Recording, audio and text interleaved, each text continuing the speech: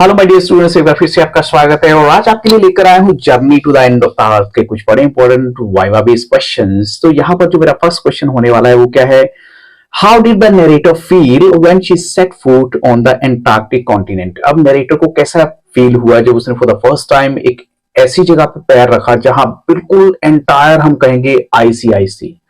तो of course यहाँ right answer है, when she set foot on Antarctica, she had a feeling of relief। अब relief की feeling इसलिए थी बिकॉज उसकी जो ट्रैवलिंग थी ऑलमोस्ट 100 आवर्स की थी वहां तक पहुंचने के लिए, और वो भी डिफरेंट सोर्सेज ऑफ ट्रांसपोर्टेशन उसने यूज की, चाहे उसमें बाय एयर गई, प्लेन से गई, कार से गई, बस से गई या फिर शिप से गई। तो it took her almost 100 hours time और इसलिए उसे बहुत बड़ा एक रिलीफ आराम मिला जो वहां पर पहुंचाती है। क्वेश्चन नंबर 2 है, What surprised the narrator when she set foot on Antarctica?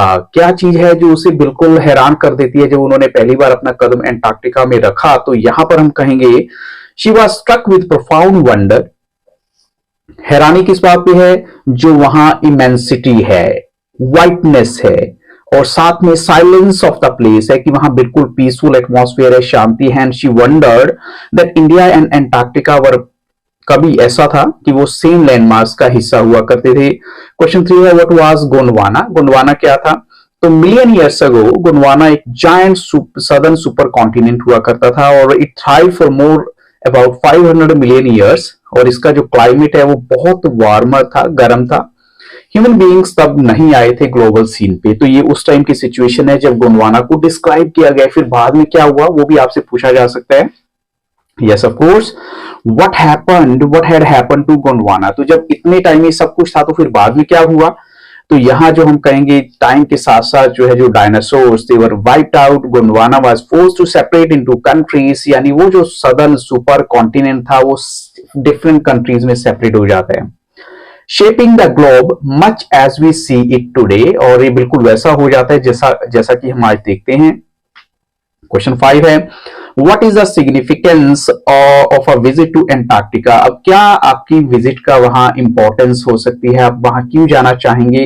तो a visit to Antarctica is significant क्योंकि ये आपको प्रोवाइड करती है क्लूज अबाउट अवर पास्ट, क्योंकि ये हमें हमारे पास्ट के बारे में बताती है, प्रेजेंट और फ्यूचर के बारे में भी पता चलता है। तो we are force to think of evolution and extinction. तो हम ये सोचते हैं कि कैसे इस पूरी अर्थ का जो है एवोल्यूशन हुआ होगा और एक्सटिंक्शन मतलब कुछ चीजें यहाँ खत्म भी हुई, तो वो सब हमें एंटार्क्टिका से प्रूफ मिल जाते हैं। एंटार्क्टिका में हमें सब कुछ मिल जाता है। क्वेश्चन 6 है, on visiting Antarctica what we learn about our climate. हम एंटार्क्टिका पहुंच के अपने क्लाइमेट के बारे में क्या लर्न करते हैं। तो ये बहुत इंपॉर्टेंट है। देखिए क्लाइमेट जो है ना वो हमारा पूरा का पूरा डिपेंड करता है अगर एंटार्क्टिका सेफ है, सुरक्षित है, तो हम अवेयर हो जाते हैं about the fact that the global warming is having adverse effect on the Antarctica's ice sheet. तो एंटार्क्टिका की आइस शीट पे ग्लोबल वार्मिंग का इफेक्ट है, इस बात का हमें पता चलता है। क्वेश्चन 7 है, what seems to be a mind boggling idea to the author. Author के लिए माइंड बॉगलिंग आइडिया क्या होगा। माइंड बॉगलिंग क्या होता है कि अरे यार इस पे बिलीव करना बहुत मुश्किल है। तो क्या है, the author feels puzzled when she thinks about the possible changes on the earth, यानी it is mind boggling to think that India could push for northward, India northward की तरफ गया, jamming against Asia to buckle its crust, और इसकी वजह से फिर बाद में हिमालय की फॉर्मेशन भी हो जाती है। चलो मैंने यहां नहीं बताया, वैसे टेक्स्ट में गिवन है। और south America could join north America, और इसकी वजह से एंटार्क्टिका बिल्कुल बॉटम ऑफ द वर्ल्ड चला जाता है और इसको बिल्कुल फ्रिजिड कोल्ड होके बिल्कुल ठंडा प्लेस है ये। अब चलते हैं question 8, give some peculiar features of Antarctica. Antarctica के आपको कुछ स्ट्रेंज फीचर्स बताने हैं। तो Antarctica has some 90% of the earth total ice, earth की टोटल आइस का 90% है। इट हैज नो ट्रीज और buildings and it has long silent days and the silence of the place is interrupted only by the avalanche, यानी कभी कभी जो अकेजनल avalanche होते हैं यानी बर्फ के जो तूफान आते हैं उसकी वजह से, अदरवाइज यहां पर किसी भी तरह का कोई नॉइज नहीं होता, तभी सिर्फ वहां पर नॉइज आपको सुनाई देगा। ऐसे क्वेश्चन 9 है, in a short existence to the earth we have managed to create quite a ruckus. अब क्वाइट अ रक्कस इसका मतलब क्या है कि हम छोटे टाइम से, यानी अगर हम देखिए पैल्ट्री इसमें दिया स्मॉल टाइम पीरियड 12,000 ईयर्स, अगर ह्यूमन बींग्स का ओवरऑल देखें एग्जिस्टेंस, फिर भी हम लोगों ने क्या किया, हमने अपने पूरे इस अर्थ को शहरों में, कंट्रीज में बांट लिए। हम लड़ते रहते हैं कि किन जमीन के लिए, वो बिल्कुल गलत है।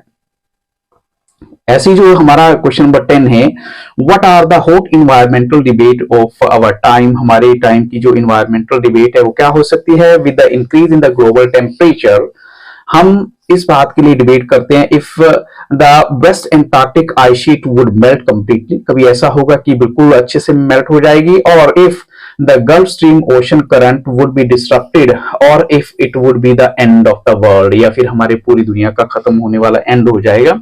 ऐसे क्वेश्चन 11 क्या है? What do you think of the students on ice expedition program. आप students on ice expedition program के बारे में क्या जानते हैं? तो जो स्टूडेंट्स ऑन आइस प्रोग्राम था वो मेंट था ओनली फॉर स्कूल स्टूडेंट्स के लिए, और वो भी हाई स्कूल स्टूडेंट्स के लिए, सिर्फ इस बात के लिए, ये भी देखिए, involving students to Antarctica and other such places. और आइडिया क्या है? To enable the student to foster a new understanding and respect for our planet, ताकि हमारे प्लैनेट को लेकर उनके मन में कुछ नई अंडरस्टैंडिंग पैदा हो। ऐसी क्वेश्चन नंबर 12 भी है। इसके हेड कौन थे स्टूडेंट्स ऑन आइस प्रोग्राम के? तो यहां हम कहेंगे कैनेडियन थे, जॉफ ड्रीम।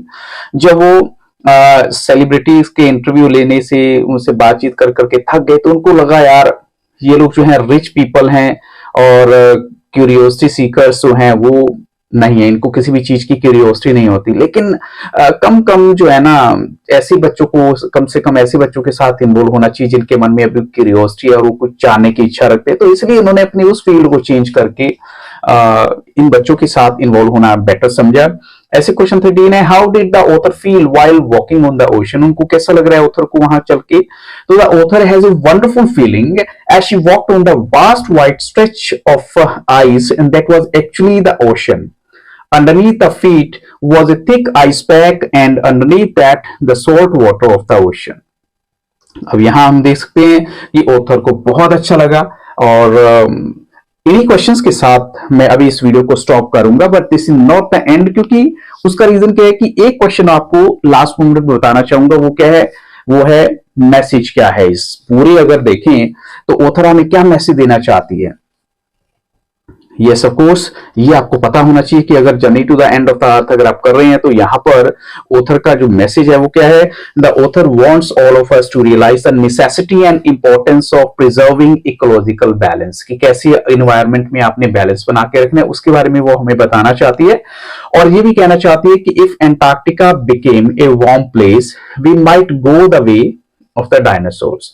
तो हो सकता है कि हमारा भी हाल डायनासोर जैसा ना हो जाए, जैसे कि वो वहां से वाइप आउट हो गए। मींस कहने का मतलब क्या है कि कुछ ना कुछ चीजें हमें माइंड में रख के चलनी होगी कि हम अर्थ को अपनी कैसे प्रिजर्व कर सकते हैं। So student, this is not the first video. इससे पहले मैं बहुत सारी वीडियो दे चुका हूं आपको, अलग अलग टॉपिक्स पे दे चुका हूं, अलग अलग सब्जेक्ट्स पे दे चुका हूं। फिर भी आपका कोई भी टॉपिक है, आप एक बार जरा मुझे कमेंट सेक्शन में जाके जरूर बताइएगा कि you want viva on this question, I will definitely respond to you as early as possible. अभी मेरा लैपटॉप 2 दिन के लिए खराब था, तो मेरा कुछ काम पेंडिंग रह गया। कुछ बच्चों की अभी मुझे वीडियोस, ऑन डिमांड वीडियोस भी देनी है। So I wish you all the very best, thank you very much. और मेरे दूसरे चैनल पेरेंट्स सर क्लासेस 2 को भी देखना मत भूलिएगा, वहां पर कुछ अपडेटेड मटेरियल भी मैं दे रहा हूं। So I wish you good luck once again, have very nice day.